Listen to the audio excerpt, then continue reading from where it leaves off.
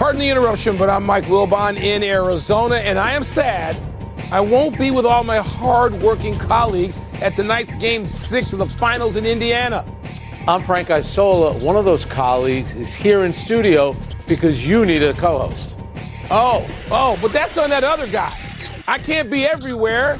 I can't be in Arizona and in the studio. I got to bail you out again. No, you're bailing him out, not me. And we'll get to that, I promise. But I know we both like to be in Indianapolis tonight. Yeah. Welcome to PTI. Tony could only handle 3 shows this week. So here, out of the bullpen, is our great friend from the starting lineup on Sirius XM, Mr. Frank Isola. Yeah. Wow. Live studio audience today. Live. That's a finals sort of welcome there. I'm kind of jealous. Let's start, speaking of, with tonight's Game 6 of the NBA Finals. With the Thunder 1 win from the title, Shams reports that unless there's a pregame setback, Pacers star Tyrese Halliburton plans to play on that strained right calf. Frank, what are the chances you're giving Indy to push this series back to OKC for Game 7? I hope we get a Game 7. The chances improve, obviously, with Halliburton playing. How effective he's going to be, Mike, who knows? He needs to play better than he did the other night. I give him credit for being out there. I can't believe he got criticized for being out there and playing. This is what guys do at this time of year. Michael Jordan played with the flu. Willis Reed limped out on the court, so he's trying to play. But the way that Oklahoma City played the other night, what they did in the fourth quarter of Game 4, and I think that's where the series shifted. Remember, Indiana was up 10, 14 minutes to go in that game. Shai Gilgeous-Alexander takes over. Defensively, they took over. They win Game 4. They take care of business in Game 5. Indiana's had a great run, Mike, but they had never trailed yet in a series. They hadn't lost 2 in a row until this point. I think right now Oklahoma City's proven they're the better team. I think they get it done tonight. Yeah, Frank, I would love to disagree with you, and I'm not. Because like you, we are creatures of drama. And we love drama in sports. And how do you get a drama in the NBA, NHL, Major League Baseball? You get a Game 7. And so I'd like that, particularly in your championship round. I'd love to see that, but I don't think we're going to see it. I don't. A 1-10. I don't know. Maybe I give Indiana, even though they're playing at home, and I thought they should have been up 3-1 in this series. They had a chance to be, and maybe this could turn out differently. But I might give them a 2. But that's it. I think the 2 things are at work. One, Halliburton, who I flat out admire for going out there and playing. And anybody who's critical of that effort, to me, is ridiculous. A fool. Ridiculous. And I don't want to see them in front of me because I might take a swing at them. I don't want to see that. I don't want to hear it. So Halliburton has my admiration for playing. You remember when Isaiah Thomas scored 25 points in the third quarter anniversary's on the other day. Ankle so huge you couldn't even get a shoe on. Yep. So people should shut up. Athletes are to be admired when they do these kinds of things. But it doesn't mean I think Halliburton can play with that level of effectiveness that's going to really push his team to a point where they can overcome this 2-headed monster now of Shai Gilgeous-Alexander and J-Dub. It's too much. Plus, with all the support, the ensemble cast that Oklahoma City has put together, and they now know, they've studied enough of recent history to know we need to take these dudes out. We don't need to let them have any life. And you do that by winning on the road. We've seen that's how teams become great championship teams. And I want to see a Game 7, but I don't think I'm going to see one. And also the criticism of Halliburton for playing. Number one, you had people saying he was trying to be the hero. He took 1 shot in the second half. Stupid. It's just they're fools. They cut the deficit to 2. And Andrew Nembhard, who's been great, especially defensively, he had 3 mindless turnovers in that fourth quarter. He missed Bad 2 turnovers. Agreed. And what we've seen, and you just touched on it, the breakout star of the finals, Shai Gilgeous-Alexander is the MVP. We expected him to play well. But Jalen Williams getting 40 points. And you just see the confidence that he has. He's so darn good. I expect them to close it out tonight. All right, let's dig back into the Buss family selling the Lakers to Mark Walter in a deal that values the team at $10 billion. That's billion with a B. Luka Doncic, who can be a free agent next summer, supported the move this morning, posting that he looks forward to winning championships, that's plural, together.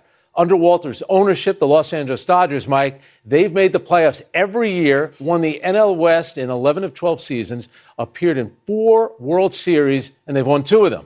So, Mike, is it fair to expect Walter to improve the Lakers the way that he did the Dodgers? Yeah. I don't care what Luka Doncic tweets. There's been way too much attention paid to that. What else is he supposed to say?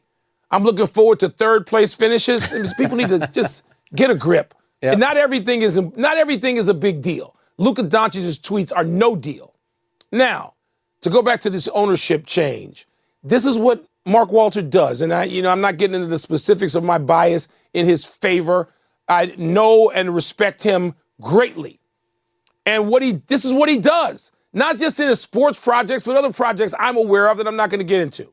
This is what happens on his watch, under his leadership, and with his group coming in. First of all, we're talking about a level of money that all the families and people who own sports franchises are rich in the normal terms that most people live their lives. And then some are richer and richest and richer yet. And the resources that Mark has, he's going to put those into play. Yeah. He's going to, the Lakers they're nobody's bare bones operation. They're not. But it has been a family, a wildly successful family-owned operation. That's not what Mark Walter does.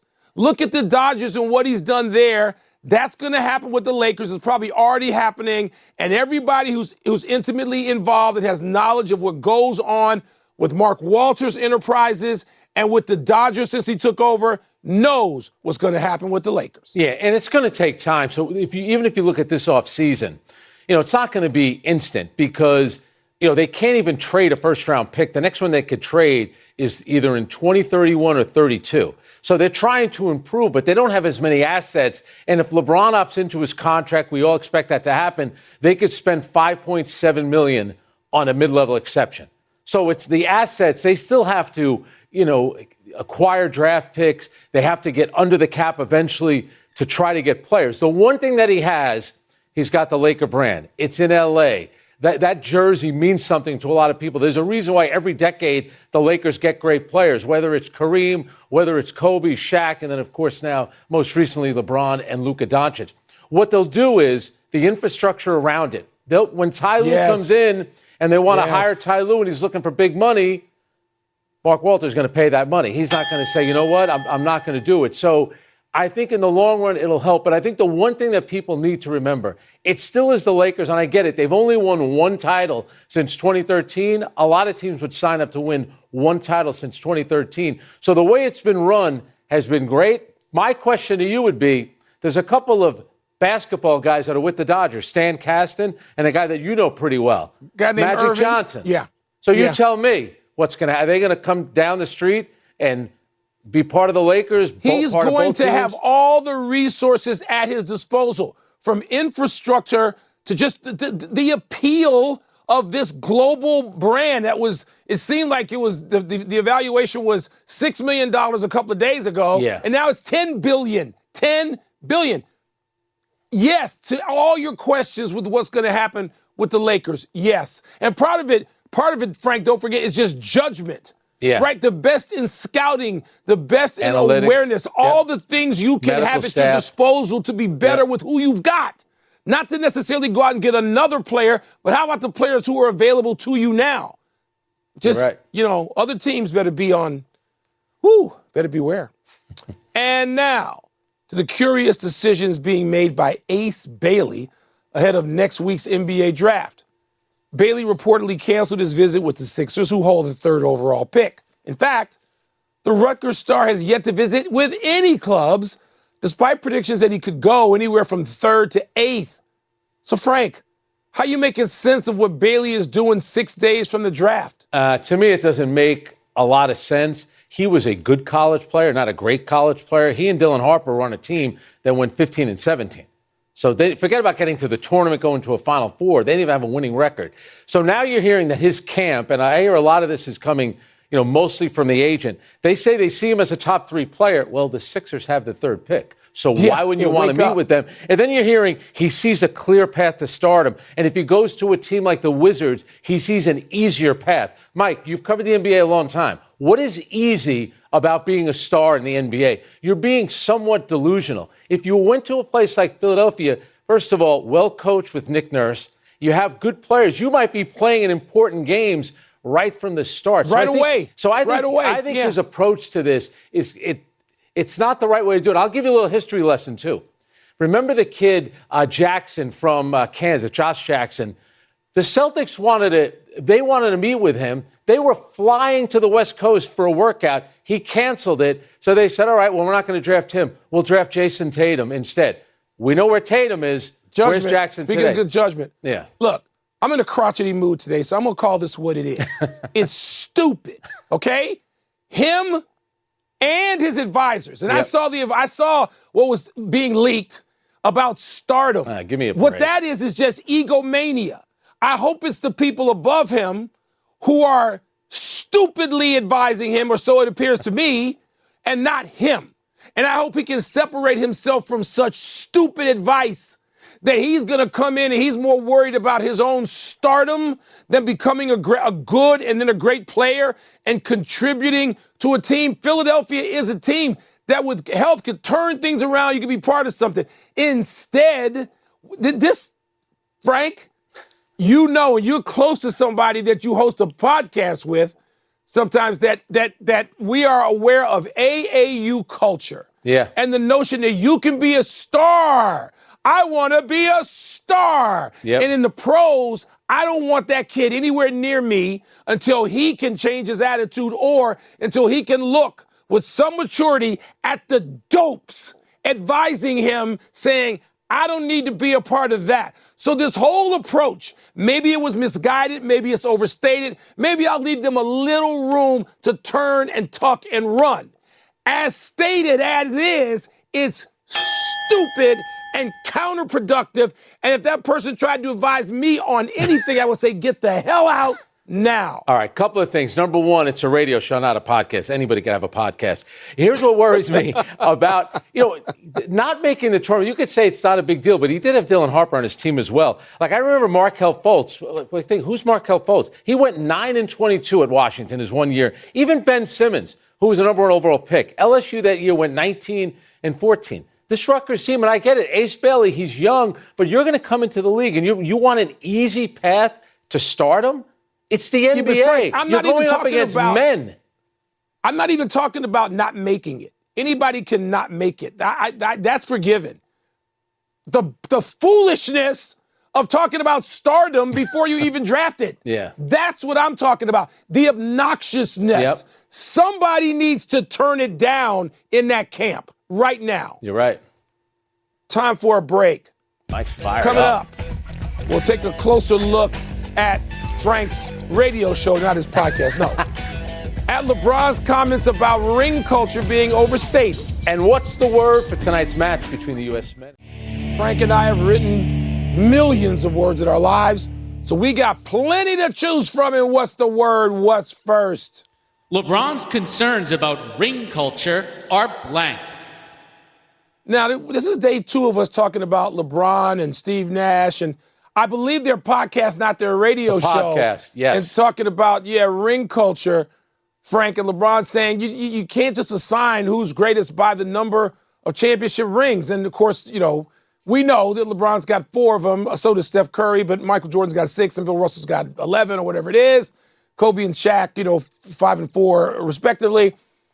But the reason why, and LeBron is so thoughtful in these conversations, I'm lucky to have had many of them. He's always thoughtful. He's the most thoughtful guy out there. But when you have conversations with people over 20 years, you got to remember what you say. And because LeBron himself said that one right there, meaning the championship win with Cleveland over Golden State, made me the greatest of all time, that makes it worthless.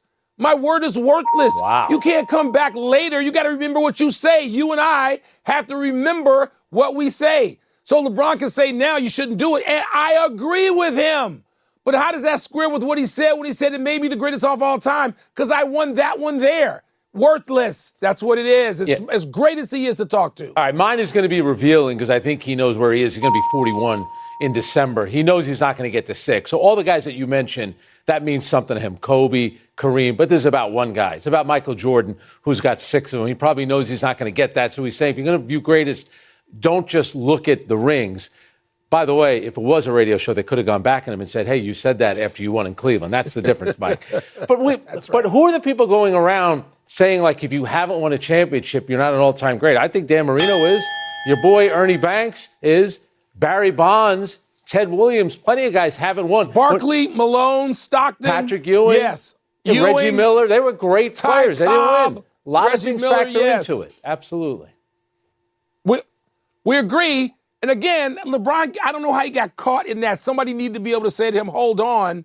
How do you square that with? Because again, he's great to talk to. But you people with these podcasts. Oh, wait, yours is a radio show. That's right. What's next? The USA's Gold Cup match tonight against Saudi Arabia should be blank.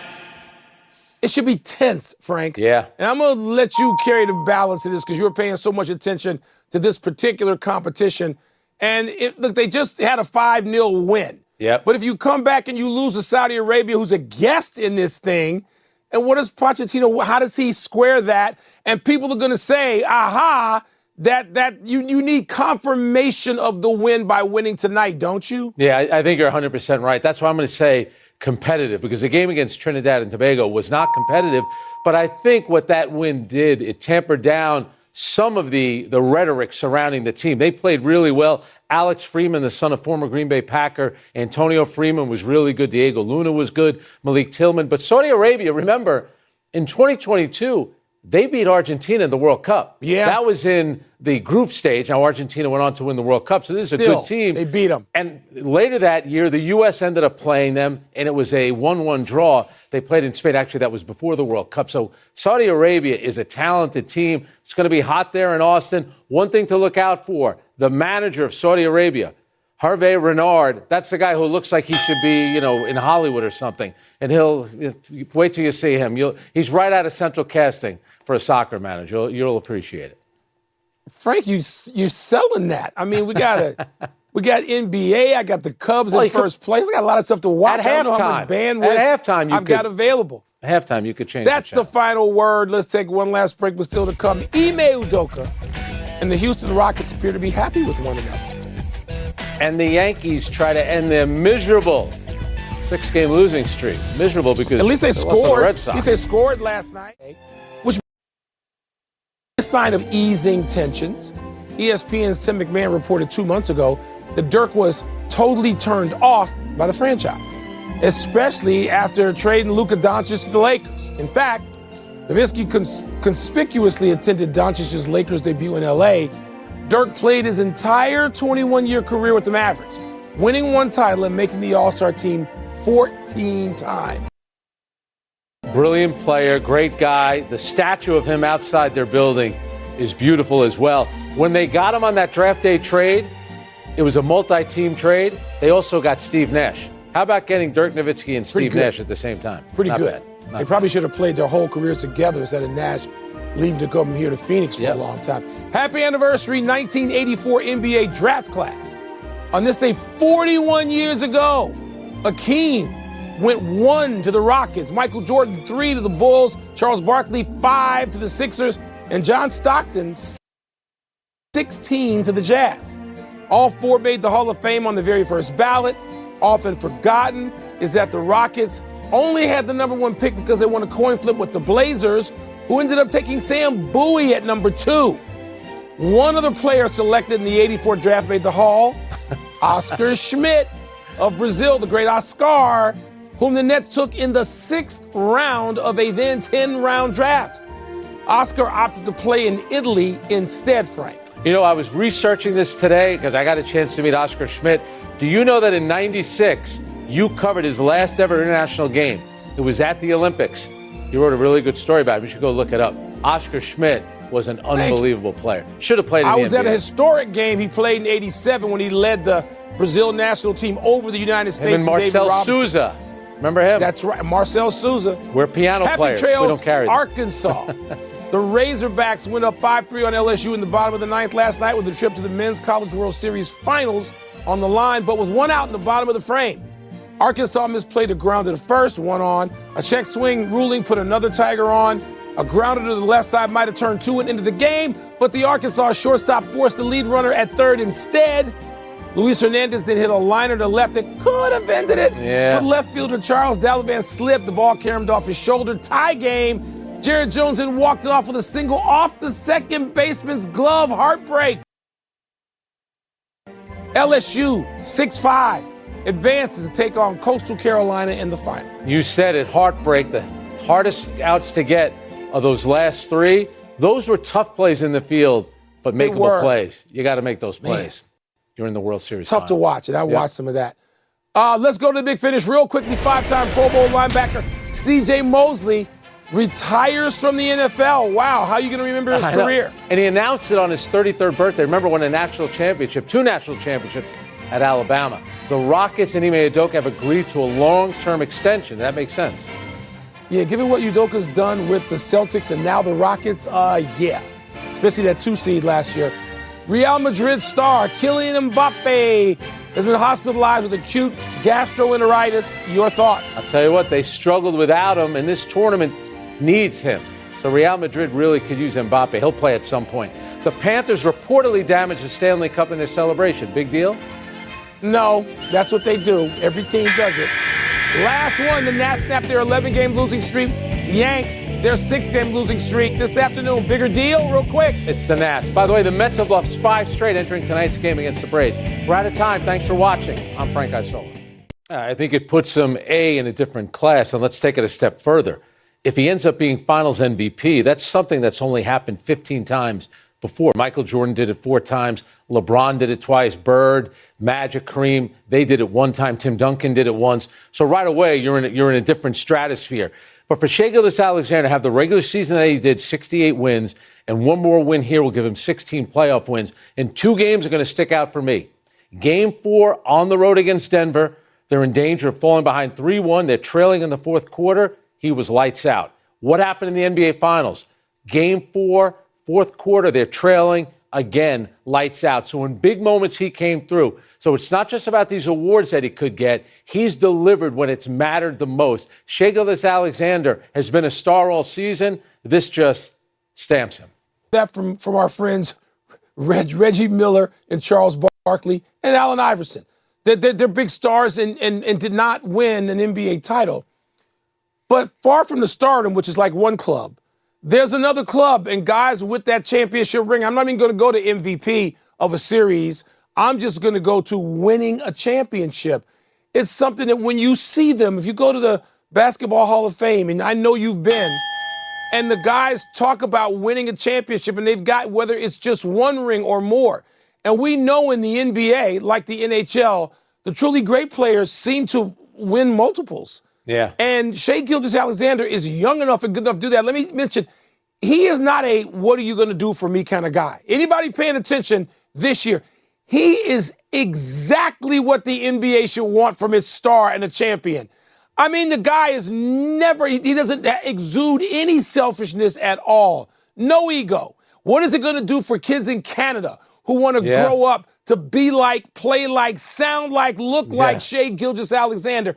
And he is leading an army of young, great, talented Canadian basketball players.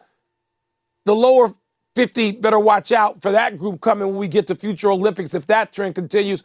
But Frank, he seems to be a young man who has it all.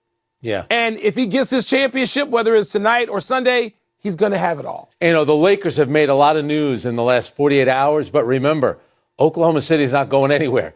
They got young players, they have assets, and they have SGA. That's it. We're done. Back to you. Frank might go to some baseball. Plenty of games today. Yankees trying to snap a 6-game losing skid and a 4-game sweep by the Angels. Mike Trout at the plate in the first and his 12th of the year, 423 feet, and the Angels on the board first.